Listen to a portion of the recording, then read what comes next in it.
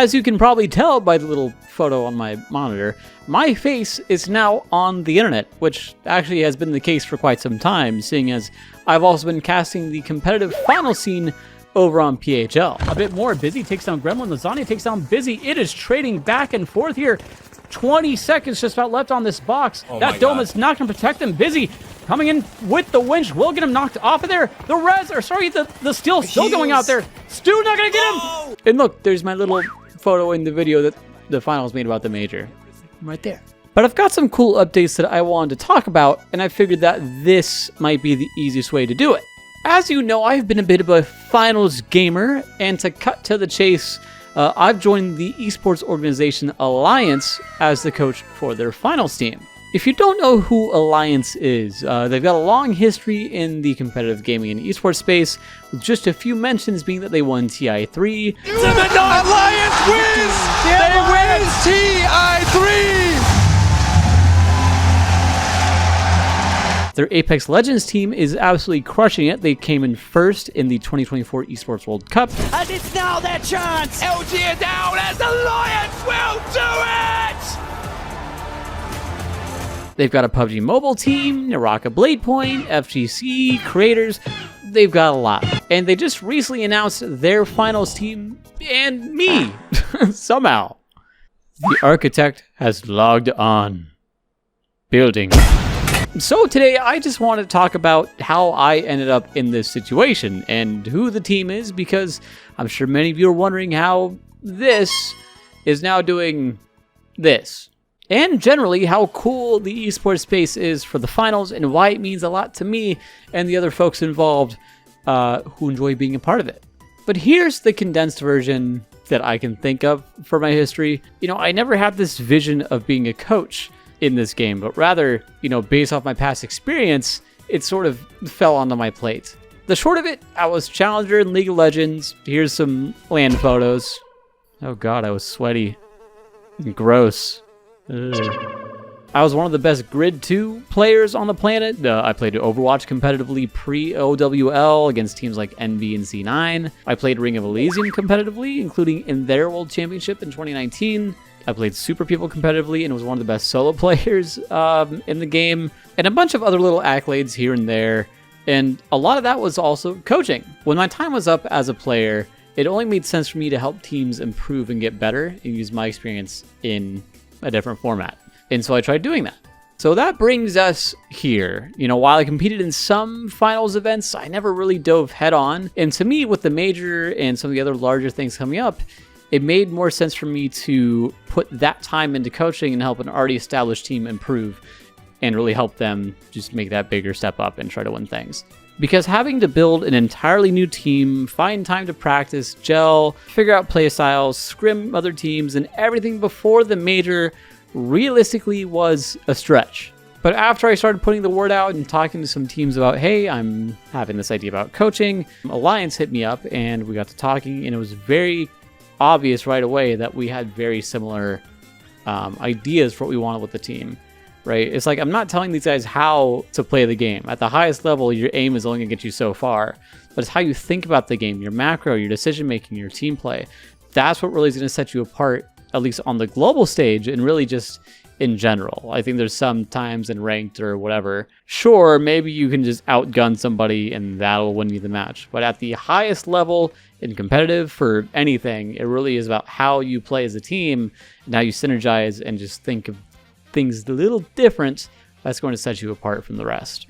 But let's talk about the team, consisting of Carnifex, Treason, and Palma, which at the time of this recording are rank 1, 2, and 7 on the global leaderboard, which, you know, I think they played this game before. I could be wrong. These guys were previously known as the GOATs and were a hot commodity in terms of, you know, which team would want to pick these guys up. And, well, Alliance got them, which I think was a great buy. Which, by the way, PHL, which is the premier finals competitive league for NA and U, is having their championships this Saturday at 10 a.m. PST, which is 7 p.m.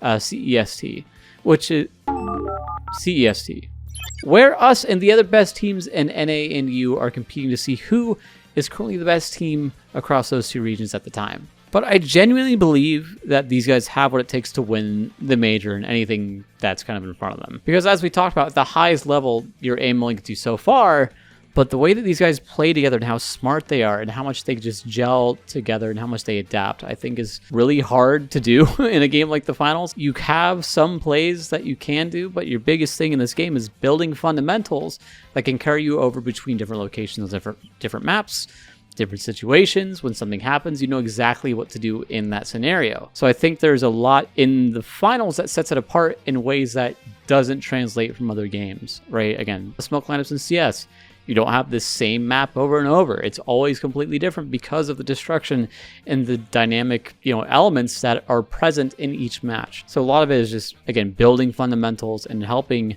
these guys just get stronger with every single scrim, with every single match, and just helping them become the super team that I know they can be. It's also really hard to pass up an opportunity to be on a historic organization like Alliance, and to have their support during our stint in this game. It really means a lot that there's this large of an organization putting faith in us on the global stage. But enough about me, let's talk about the scene, because damn, Finals Esports is pretty sick.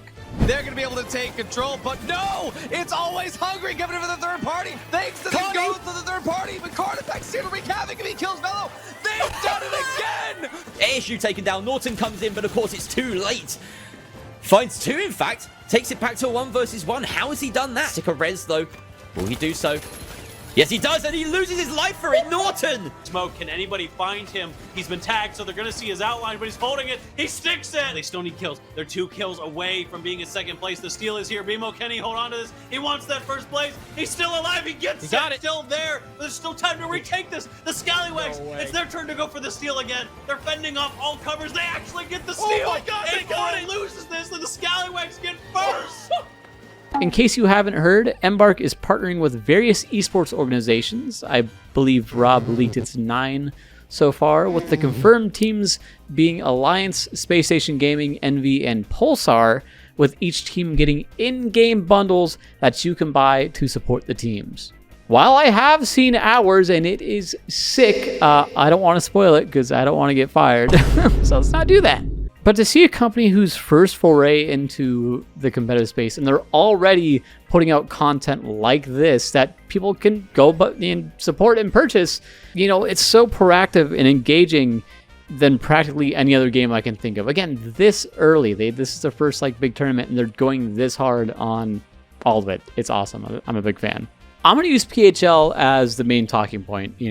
As the team running it have really made it this super fostered, engaged, important part of the finals community. So, shout out to Burrito, Waltz, Jerry, Rio, Artie, Merch, Mickey, Someone, Human. There's so many people that are part of this team that all have, roles that they fulfill, and they just make it such a unique, fun experience to be part of. And it's really rewarding to see the bigger orgs taking the teams from these leagues and signing them. Like Alliance took Goats, Envy picked up, Brick, Nightmare just picked up Refine. There's other orgs that are jumping in. It's really rewarding to see all the teams that are putting the effort into these leagues getting picked up and making this kind of the dream scenario for them, especially in a game like the finals where it's so different and so unique. So to see orgs also taking that chance in this new title that has a lot of promise, to me, is also just super refreshing. I'm a huge fan of that. It's just fun to have a structured environment that you can do this in. And while finding footage of the Chinese final scene is a little tricky, I don't know if I'm allowed to show this either, so please don't take this video down. I worked on it.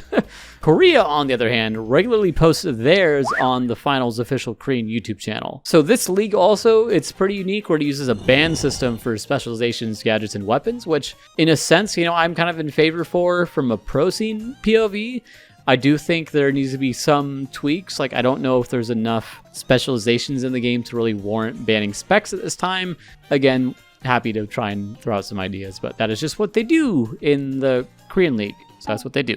These guys also run some pretty wild stuff. We see a lot of revolver, charge and slam, grappling hook, a lot of things that I don't think are particularly viable, especially in the current meta. But we'll see how they do. We'll have to find out.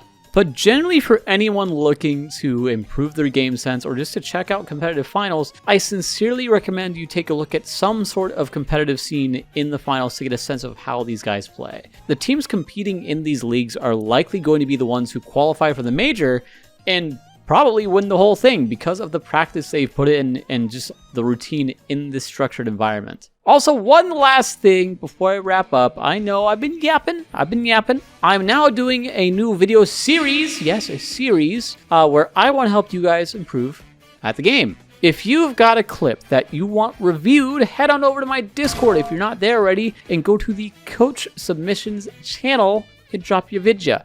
You got the chance for it to be reviewed and put into a series where I'll just go through, give you some tips, point things out for you, how you can improve your game at the finals. Let's do this. Y'all, that's kind of all I got, but I just want to sit and yap for a bit because I thought it would be an easier method than the over-edited stuff we usually do. But what does this mean for the channel? Is my ugly mug going to be in every single video from now on? Probably not. But I think it's healthy that I branch out and try a few things while I've got the chance, which includes some competitive stuff because I'm involved in that. And if we end up qualifying for Sweden, it's gonna go crazy. I've got links down in the description for as much stuff that I can remember for the video, including the team, where to watch the competitive stuff, the Discord, everything you would need. And I always say this, but I really do appreciate all of the support on everything.